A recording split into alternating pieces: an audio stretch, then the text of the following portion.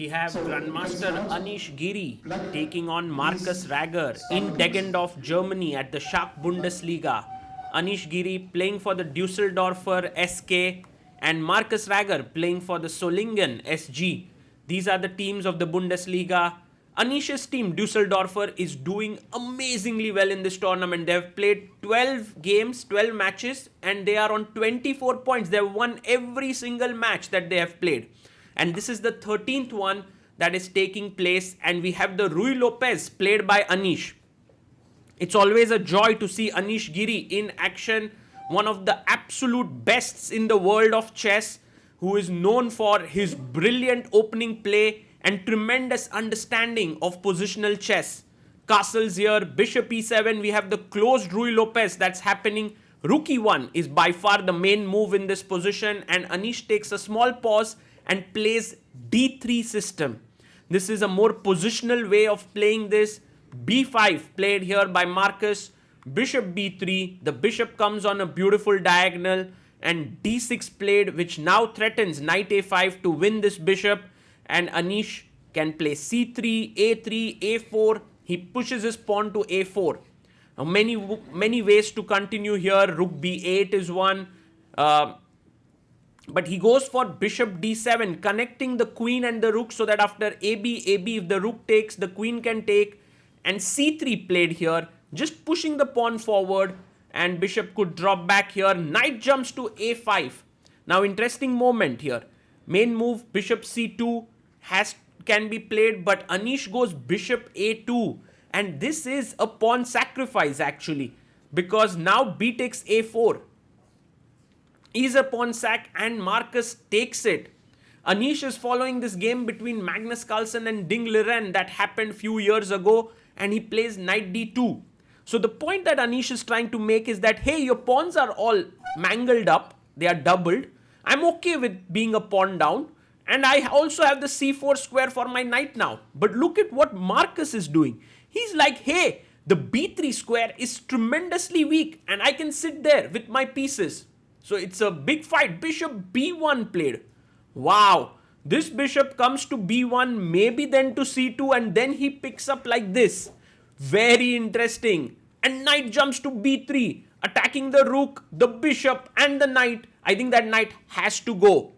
And you can see the times on the clock. Anish has 1 hour 13 minutes. Markus has 1 hour 4 minutes. Takes here. Of course, you can't take on a6 because bishop b5 could later on create a problem. But actually, that pawn could be taken. He goes d4, and now you can't take it because of bishop b5. Markus now takes on d4.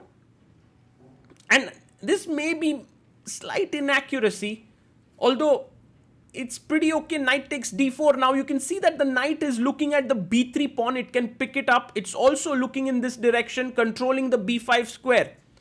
Pawn pushes to c5. And for now, the position is roundabout even, maybe very slightly better for white. Anish takes back the pawn. And what he's claiming here is that I have a weakness that I can constantly attack on. And Markus is like, hey, if you want, you can take it. Now it's impossible. Bishop b5 is a nice double attack. So Anish goes rook e1, now recreating the threat of winning this pawn. And also the e pawn could push forward to e5. Bishop comes to e6, attacking the knight here on b3. The knight can go to a5, threatening knight c6. But Anish now, you can see he prefers to put his knight on d2. That's an interesting move because knight a5, he maybe did not like queen c7 and the knight is misplaced. So knight d2 on the board, a5 played to defend the pawn. And black has activity, white has a compact structure. His pieces look a little bit weird. Bishop a2, I like this move because he's fighting for these light squares. But Markus is like, hey, I don't want to exchange those bishops. I know that then you will take complete control on the light squares. So Anish now chops off the pawn. E takes d5 played. And knight takes d5 taken here. The king on g8 is right now looking very safe. But with Anish's knight coming in here, later on could jump to g5. The rook looking here. The bishop could drop back. Bishop f6 played. Black pieces look great. White, of course, is fighting for the positional edge with two black pawns being weak. Queen comes up to c2. I like how Anish is playing this so positionally. It's brilliant to see him, grind this. Rook b7 played. Now look at this. This rook is a little bit loose. If you play h4, bishop h4, c4, knight b6, queen e4, what a double attack that is. But Anish, instead of pushing his pawn 2 steps forward, pushes it 1 step forward. Rook now goes to a7. And let's see how Anish continues here. He plays his bishop to d2, connecting the rooks. The rook will do really well on the open d file here. Rook d7 played here by Markus. He's like, hey, I have some ideas. Later on, if your knight moves from f3, I'll attack the bishop on d2. The rook comes to d1, putting pressure this way. This game is building up nicely. And he goes back, knight to c7, offering a trade of bishops. If you take on e6, knight takes e6. But Anish now stops. Look how many times has this bishop gone to a2, come back to b1, gone to a2, come back to b1. It's crazy. Absolutely crazy here. Queen a4 played here by Anish. Very interesting. He's putting pressure here on d7. Maybe bishop h6 is in the air. Knight comes to d5. The knight is looking at a good square here. It also protects the pawn on a5 here with the queen. And now bishop a2 again. Of course, this bishop has to go back. This is the third time that it's coming here. And now the knight goes back, attacks the queen here on a4. But hey, isn't this pawn on a5 a free pawn? And Anish here says, thank you so much, Markus. Takes the pawn. He's down to 5 minutes on the clock. He has to be careful for his time. And c4, he doesn't want to trade the bishops. And this is what Markus is playing for. He's like, my one pawn blocks your 2 pawns. And of course the bishop goes back to b1. If you thought the bishop was going to stay there, not really. Rook d5 played, trying to attack the queen. And now the queen, where does it go? It doesn't have too many squares to go to. And Anish plays it to the best square possible. He goes queen a1. The queen looks a bit passive here, but it will find its way. Queen c8 played, and now bishop e4 is a great move. This would give Anish a very nice advantage. He's a pawn up, but he decides to go bishop f4. It's a mistake, because after take, and bishop d5, black has excellent compensation here. But he sacks his bishop. Oh my god, that's a blunder. That's a mistake. But Anish has only 90 seconds to work his way through. G takes h3, queen takes h3. I think Markus played this sacrifice looking at Anish's time on the clock. But now Anish plays bishop e4, defending the knight. If you give me a check, I'll simply go bishop g3, and you take, I take back with the queen. So he goes rook h5, threatening a mate in 1. 1 minute 12 seconds for Markus, 1 minute 40 seconds for Anish. He calmly plays knight h2. You can see that Anish knows that he has everything under control. The bishop protects the knight. Bishop h4. What the hell is this? Is there a sacrifice on f2? Not really. Anish now brings his rook up, attacks the queen. He's like, show me, Markus, where have you got the threats? The queen comes back to c8. Oh, that's not... Oh, no, he wants to play on e6. What? Queen e6? He's not leaving the queen. Anish already has written the move. And he writes queen c8, and Anish is like, oh my god, I have to cut the move now. But it's never a positive feeling when you are attacking and you have to bring your queen all the way back. The white queen now joins in the defense. It is going to c1.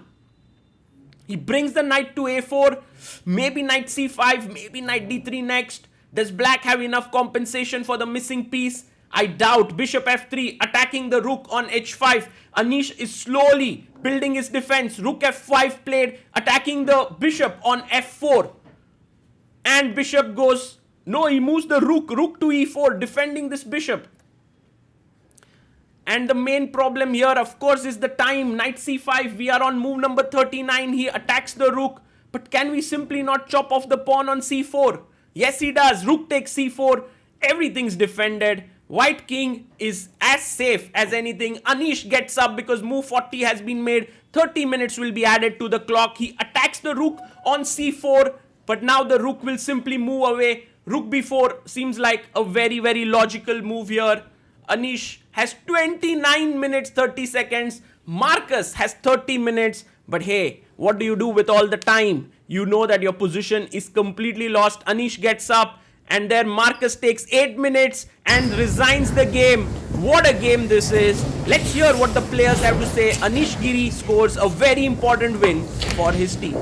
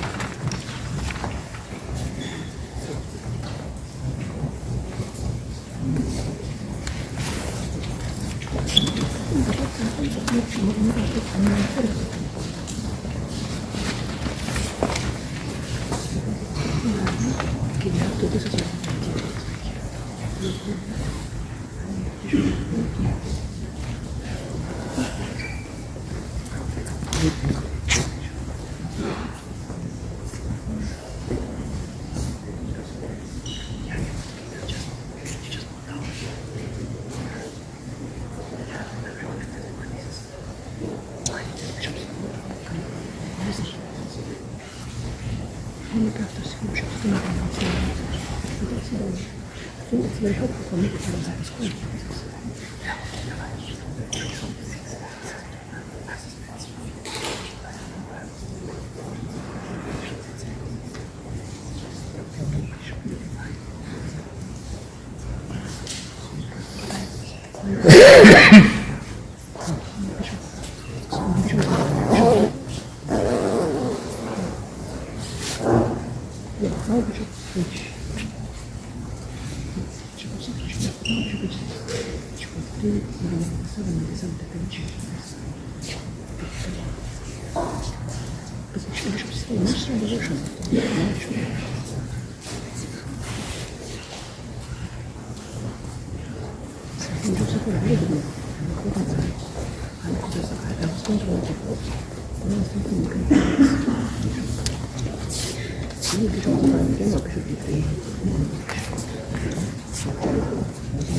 No.